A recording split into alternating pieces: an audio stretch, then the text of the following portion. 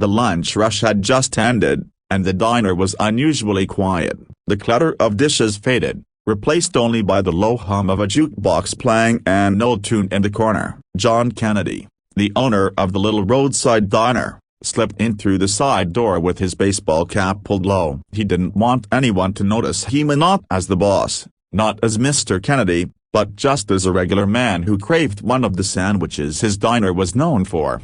He walked up to the counter casually, avoiding eye contact, and placed an order for a turkey club. To the two young cashiers at the register, he was just another customer. He stood off to the side, waiting, when suddenly, their hushed voices caught his attention. At first, he didn't mean to eavesdrop, but the words struck him so sharply that he froze mid-step, his hand still reaching for his wallet.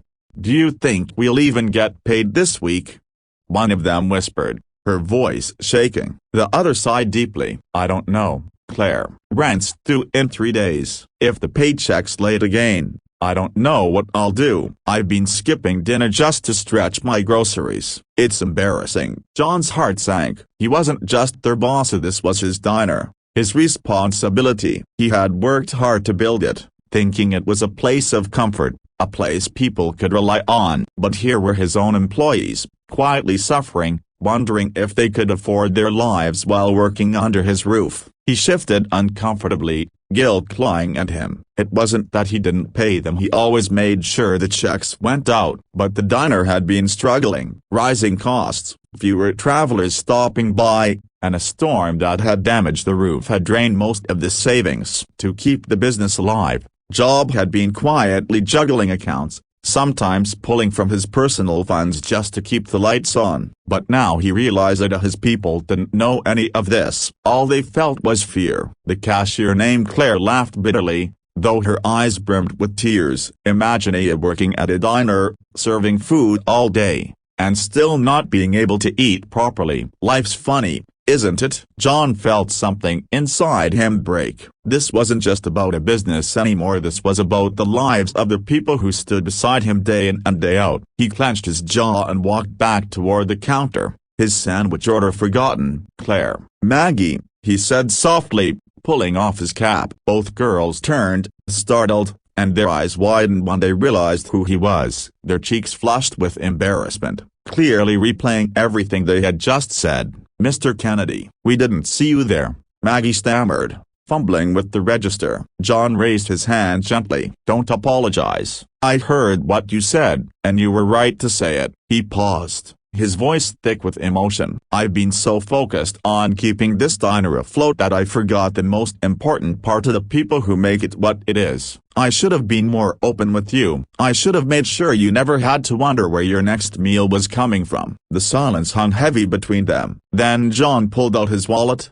but not to pay for his sandwich. Instead, he laid down 2 envelopes of checks he had prepared in advance for the next pay cycle, not expecting to hand them out so soon. "You'll have your pay early this week," he said firmly. "And from this moment forward, I promise no one in this diner, employee or customer, will go hungry again. If you're short on groceries, if you need a hot meal, you come to me. This place isn't just a business, it's family, and family takes care of each other." Claire covered her mouth, tears spilling down her cheeks. Maggie nodded, her lips trembling, too overwhelmed to speak. But John didn't stop there. That night, he stayed long after closing. Sitting at one of the booths with his notebook open, he began sketching out new plans: an employee meal program, profit sharing so everyone had a stake in the diner's success, and community nights where no one would be turned away for lack of money.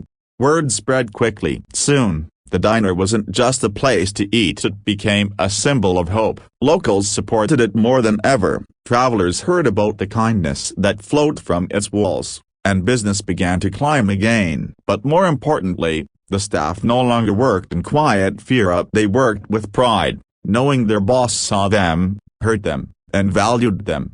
Months later, John would look around the packed diner, hear the laughter of his employees mingling with the chatter of customers, and remember that moment when he overheard 2 cashiers whispering in worry. It had stopped him cold, but it had also changed him forever. Sometimes, the most important truths come in hushed voices when you least expect them. And sometimes, The real success of a man isn't measured in dollars earned, but in the lives he lifts up along the way.